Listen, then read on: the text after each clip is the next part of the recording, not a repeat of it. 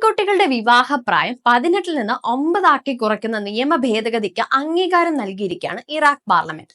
കുടുംബപരമായ കാര്യങ്ങളിൽ ഇസ്ലാമിക കോടതിക്ക് കൂടുതൽ അംഗീകാരം നൽകുന്നതാണ് ഈ ഭേദഗതി. വിവാഹം, വിവാഹമോചനം, അനന്തരാവകാശം എന്നിവയിൽ ഇസ്ലാമിക കോടതികൾക്ക് കൂടുതൽ അധികാരം ഈ ഒരു ഭേദഗതിയോടെ പ്രാവർത്തികമാകും.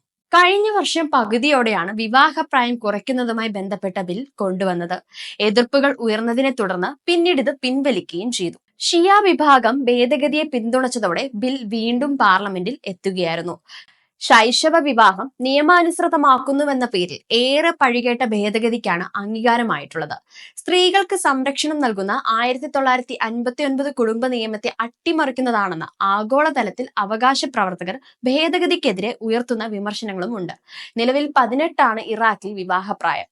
ഇറാഖിലെ ജാഫ്രി സ്കൂൾ ഓഫ് ഇസ്ലാമിക നിയമം അനുസരിക്കുന്ന ഷിയ വിഭാഗത്തിന് വിവാഹപ്രായത്തിന്റെ പെൺകുട്ടിക്ക് പ്രായം 9 വയസ്സാണ്. ചൊവ്വാഴ്ച പാർലമെന്റ് അംഗീകാരം നൽകിയ ഭേദഗതി ഇസ്ലാം പുരോഹിതർക്ക് തീരുമാനങ്ങൾ എടുക്കാൻ കൂടുതൽ അധികാരവും നൽകുന്നുണ്ട്.